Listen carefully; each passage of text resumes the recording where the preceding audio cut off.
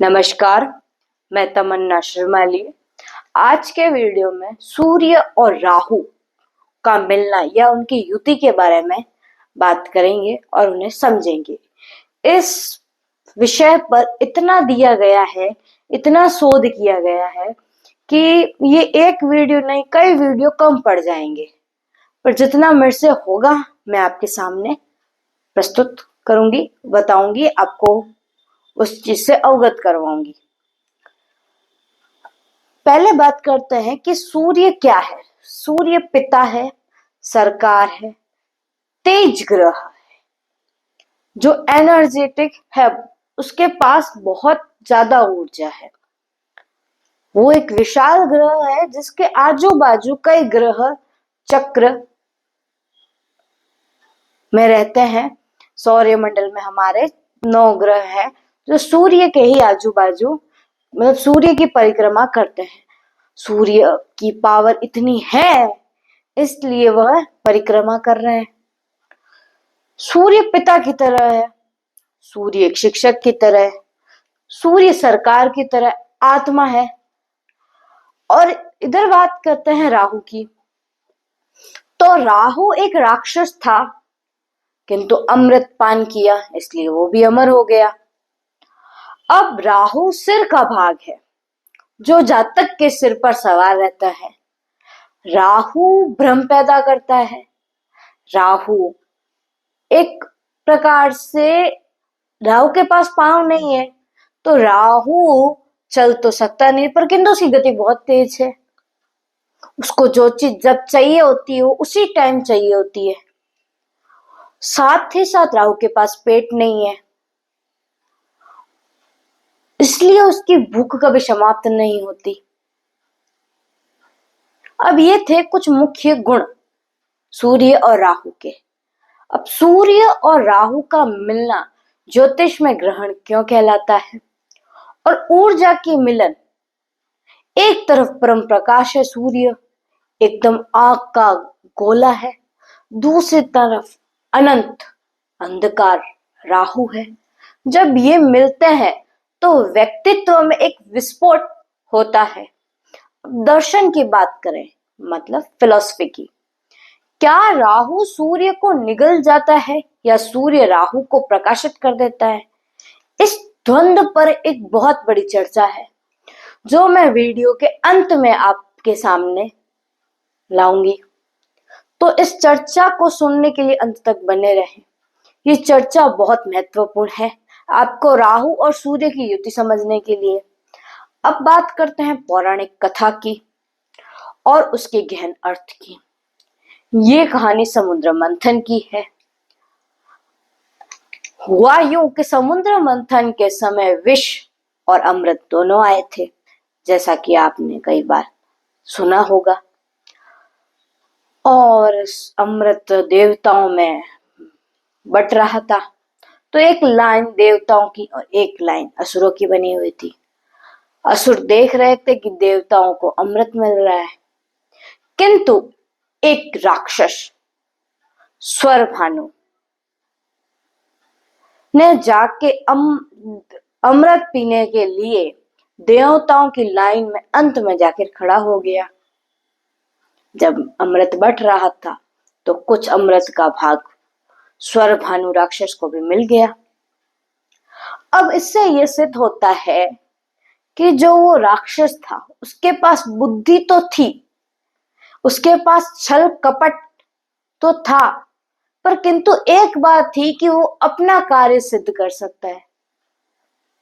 वो किसी को नुकसान नहीं दे रहा है, वो सिर्फ अपना कार्य सिद्ध कर रहा है। उसके पास दिमाग था, तब वो असुरों की बिरादरी से या असुरों की लाइन से हटके देवताओं की लाइन में गया और उन्होंने अमृत पान किया। किंतु भगवान ने इसे 2 भाग में काट दिया उस स्वरभानु राक्षस को। तो ऊपर का भाग जो सिर्फ मस्तिष्क या गर्दन का था वो कहलाया राहु, और जो नीचे का धड़ था वो कहलाया केतु। अब राहु मस्तिष्क है और केतु ध्वजा है, किंतु राहु के पास मस्तिष्क है शरीर नहीं है वो बात अलग है, पर मस्तिष्क है इसका मतलब वो बुद्धिमान तो है। ये कतई नहीं है कि वो बुद्धिमान नहीं है इसका मतलब। अब बात आती है कि जब काटा गया तो केतु जाके भगवान श्री हरि के चरणों में गिरा। इसका मतलब ये है कि हरि के चरणों में है मोक्ष, और इसलिए केतु है मोक्षदायी ग्रह। और राहु का काम होता है कि आपको घुमा फिरा कर, हार कर, थका कर आपको मोक्ष की तरफ ले जाए। अब राहु गति में तेज है, भ्रम पैदा करता है। राहु के पास पेट नहीं है तो उसके पास संतोष या भूख की कमी या भूख पूर्ण हो जाना ऐसा तो सवाल ही नहीं उठता, जिसके पास पेट नहीं है। राहु अचानक फायदा करवाता है, अचानक होने वाली घटनाओं का कारक राहु है। अब राहु का खुद का कोई घर नहीं है, इसलिए अगर मैं किसी और के घर पे रहूं, एक उदाहरण के तौर पे, तो मुझे उस घर के रूल रेगुलेशन या जो नियम है या उनके घर में जो प्रचलित कार्य की प्रणाली है, मुझे उसके अनुसार ढलना पड़ेगा। उसके स्वभाव में भी मेरा, उनके जो घर का स्वभाव है वो मेरे में स्वतः ही आ जाएगा। तो यही राहु के पास है। राहु का खुद का कोई घर नहीं है, तो राहु जिस घर में रहता है उस घर का परिणाम देता है। और साथ ही साथ राहु जिस भाव में बैठता है उस भाव का अहंकार जातक को दे देता है। और एक बहुत रोचक बात कि राहु जिस भाव में बैठता है उस भाव से संबंधित विचार जातक के बहुत ही तेज और सुखदायी होते हैं। तो ये थी समुद्र मंथन की कथा, स्वरभानु राक्षस की। तो सूर्य का दंड क्या है? सूर्य ने ही राहु की पहचान उजागर की, यही इन दोनों के बीच शाश्वत शत्रुता शुरू हो गई। राहु वह अधूरापन है जो सूर्य यानी अहंकार या आत्मा, मैंने आपको पहले भी बताया वीडियो के शुरुआत में कि सूर्य आत्मा है, को चुनौती देता है। इस कथा को आज के इंसान की महत्वाकांक्षाओं से जोड़े।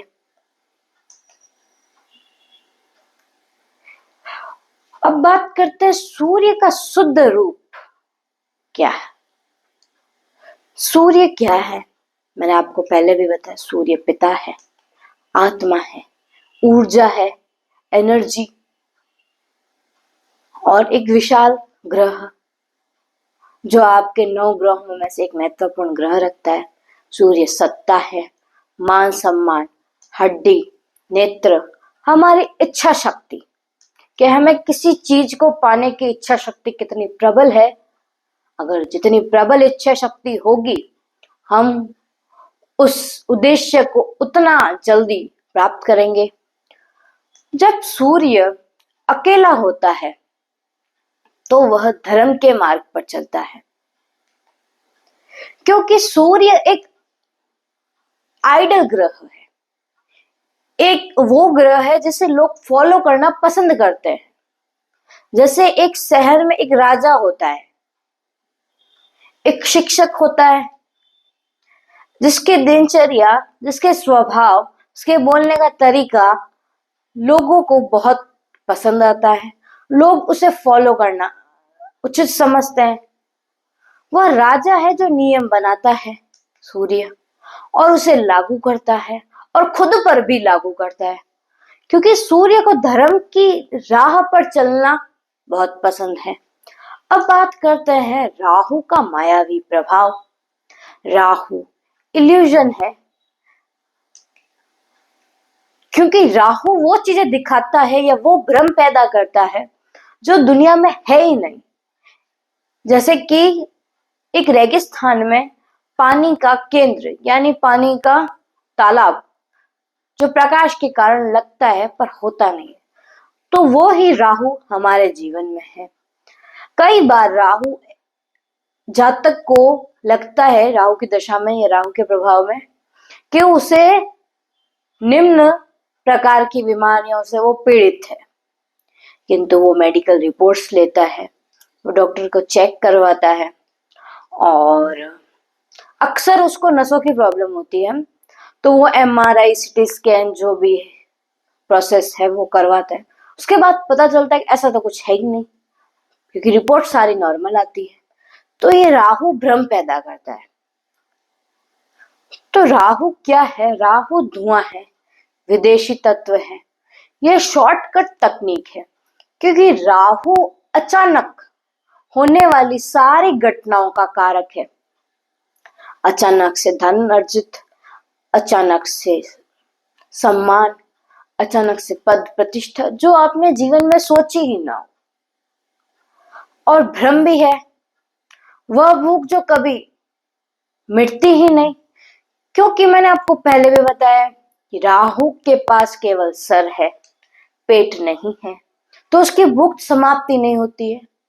राहु सूर्य की गरिमा को अराजकता में बदल देता है, क्योंकि इनकी दुश्मनी है थोड़ी बहुत, मैंने आपको पहले बताया है।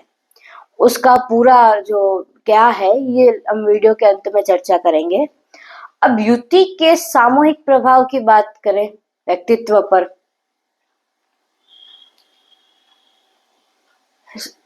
इसमें सबसे पहले बनता है पहचान का संकट। व्यक्ति खुद को राजा समझता है, लेकिन दुनिया उसे विद्रोही समझती है, क्योंकि वो खुद के असूलों पे चलना चाहता है। दूसरों की वो सुनना पसंद ही नहीं करता। उसे अपना कार्य साधना पसंद है, चाहे किसी भी घटना, कार्यक्रम में, किसी भी वारदात में वो अपना फायदा देखेगा। वो समझेगा भाई मैंने सही किया है। वो अपने आप को राजा, एकदम बलिष्ठ समझेगा, पर किंतु दुनिया उसके विरोध में रहेगी और उसे विद्रोही समझेगी कि ये झगड़े का कारक है। अब पिता का कारक की बात करें तो पिता के साथ संघर्ष या पिता जीवन में संघर्ष, पितृदोष की वैज्ञानिकता, ये सब दिखता है अक्सर कई बार। अब बात करें समाज के विरुद्ध, यह युति व्यक्ति को आउट ऑफ द बॉक्स सोचने वाला बनाती है।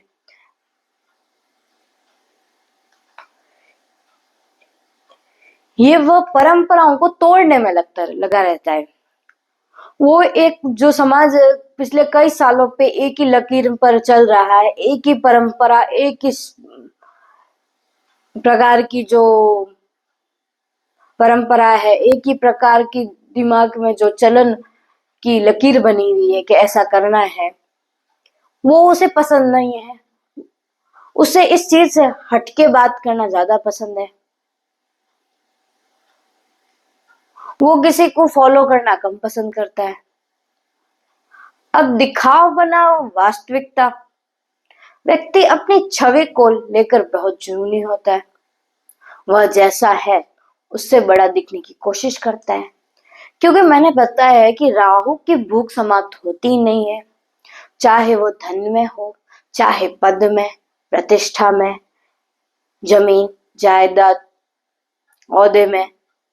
उसको ये अभिलाषा रहती है, इच्छा रहती है कि इससे और ऊपर हासिल किया जाए, अब वो प्राप्त कर लिया और इससे ऊपर, अंत तक वो आगे आगे आगे, भूख उसकी समाप्त नहीं होती।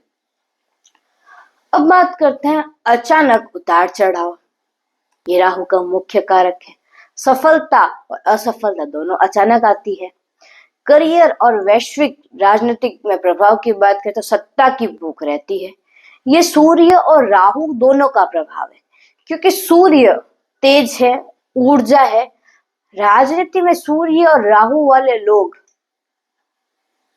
तानाशाह बनते हैं, क्योंकि सूर्य एक तेज ग्रह है और राहु दिमाग, छल, कपट। तो ऐसे लोग अक्सर तानाशाह बनते हैं, जो सिर्फ अपनी लीक पर चलना पसंद करेंगे। उन्हें सिर्फ अपनी बात लोगों के सामने रखना पसंद है, सिर्फ अपनी चीजें या अपने रूल रेगुलेशन दूसरों पे थोपना कि भाई आप तो ऐसा करना ही पड़ेगा। वो चीजें सूर्य और राहु की युति में अक्सर देखी गई है। अब बात करते हैं क्रिएटिविटी की। मीडिया, सिनेमा और तकनीकी में इस युति का वरदान है। राहु सूर्य की रोशनी को प्रोजेक्ट की तरह फैला देता है, क्योंकि राहु सूर्य की रोशनी को फैलाता है और इसके अच्छे परिणाम भी देता है। क्योंकि राहु जिस ग्रह के साथ बैठता है उसके जो भी अच्छे गुण धर्म है उसे ले लेता है, और जो साथ बैठा ग्रह है उसके गुणों को या प्रभावों को और बढ़ा देता है। अब बात करते हैं अनैतिकता की।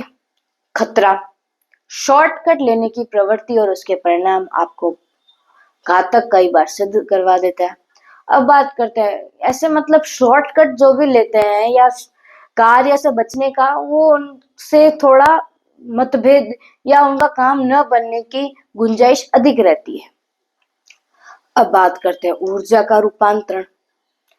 अहंकार को त्याग कर सत्य को स्वीकार करना, व्यवहारगत बदलाव, झूठ से बचना, पिता का सम्मान करना, ये दो रूल्स आपके राहु के प्रभाव को और अच्छा बेहतर बना देते हैं। यह युति श्राप नहीं है, एक परीक्षा है। अगर आप राहु के भ्रम को पार कर लेते हैं तो सूर्य आपको वह चमक देगा जो दुनिया कभी नहीं न सोचा होगा न कभी देखा होगा दुनिया ने, वो चमक आपको देगा। अब बात करते हैं वह प्रश्न, ज्योतिष और दर्शन का एक बहुत ही गहरा और तात्विक प्रश्न। जब हम सूर्य और राहु के द्वंद्व की चर्चा करते हैं तो यह केवल दो ग्रहों के टकरार नहीं बल्कि सत्य और माया के बीच का शाश्वत युद्ध है। सत्य सूर्य है, माया राहु है। माया मन है, माया का मतलब इल्यूजन, भ्रम पैदा करना। इस द्वंद्व को हम 3 स्तरों में समझेंगे। पौराणिक और खगोलीय पक्ष की बात करें तो निगलने की चेष्टा। पौराणिक कथा के अनुसार राहु के मन में सूर्य के प्रति गहरा प्रतिशोध है, क्योंकि सूर्य ने ही अमृतपान के समय उसकी पहचान की उजागर की थी कि भाई ये देवता नहीं है, ये राक्षस है। अब बात करते हैं निगलने की क्रिया। खगोलीय रूप से ग्रहण के समय राहु चंद्रपात यानी सूर्य को पूरी तरह से ढक लेता है। ऐसा लगता है जैसे कि अंधकार ने प्रकाश को निगल लिया हो। ये कार्य राहु का है। अब बात करते हैं अधूरापन की। लेकिन राहु का धड़ नहीं है, वह एक केवल कटा हुआ सिर है, इसलिए वह सूर्य को निगल तो लेता है लेकिन सूर्य उसके गले से वापस बाहर निकल जाता है। तो निष्कर्ष ये रहता है कि राहु सूर्य को मिटा नहीं सकता, क्योंकि जब भी कोई चीज निकलेंगे तो वो जाएगी पेट में, किंतु राहु के पास तो पेट है ही नहीं। तो राहु सूर्य को पूरी तरह से मिटा तो नहीं सकता, केवल कुछ समय के लिए ओझल या हाइड कर सकता है। अंधकार की कोई स्वतंत्र सत्ता नहीं होती, वह केवल प्रकाश की अनुपस्थिति है।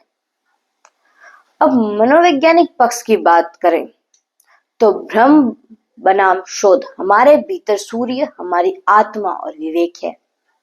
मैंने आपको पहले ही बताया कि सूर्य आत्मा है, विवेक है, सरकार है, शिक्षक है, पिता है, जबकि राहु हमारा भ्रम और जुनून है।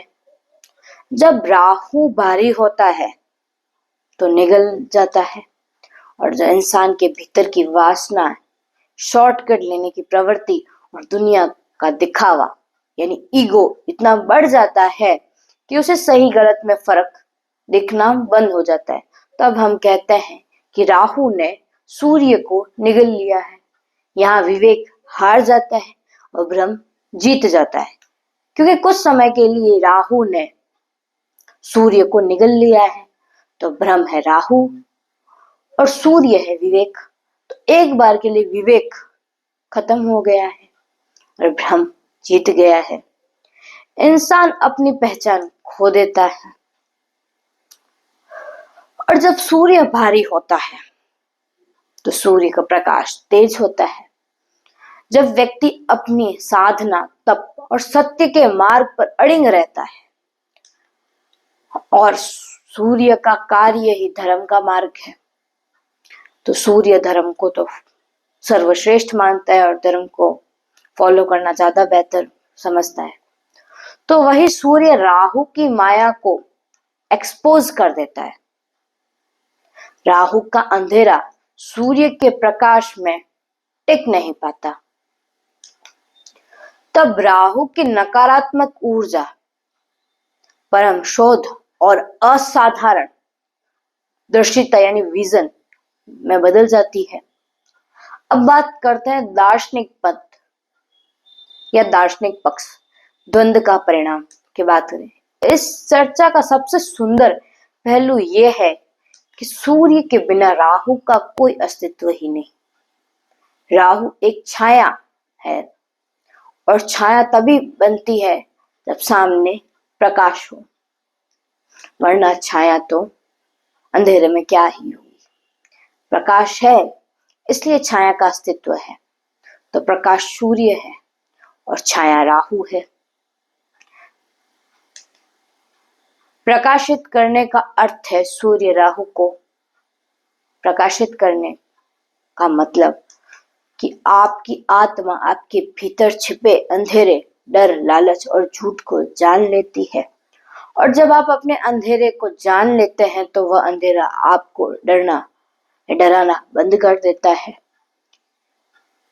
एक शोधार्थी की दृष्टि से जो लोग इस युक्ति को सकारात्मक रूप से जीते हैं, उनके लिए सूर्य राहु को प्रकाशित कर देता है।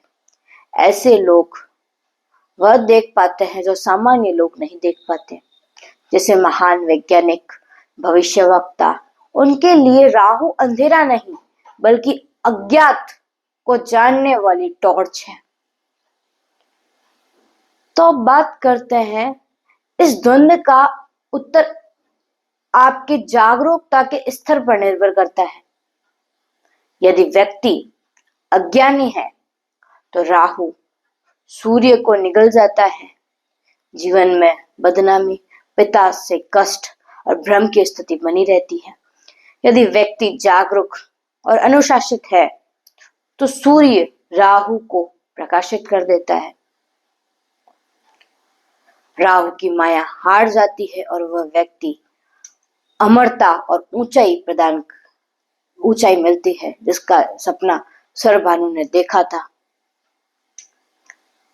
राहु सूर्य को निगलने की कोशिश जरूर करता है, लेकिन अंत में जीत सूर्य मतलब प्रकाश की ही होती है, क्योंकि ग्रहण हमेशा अस्थायी होता है, जबकि सूर्य यानी प्रकाश शाश्वत है। ग्रहण कुछ समय के लिए होगा, थोड़े समय पश्चात प्रकाश वापस फैलेगा। अंत में यही इच्छा रहती है कि प्रकाश आएगा, चाहे वो रात के बाद हो, चाहे वो ग्रहण के बाद हो। प्रकाश तो शाश्वत है, किंतु ग्रहण क्षणिक है। तो ये थे युति के प्रभाव।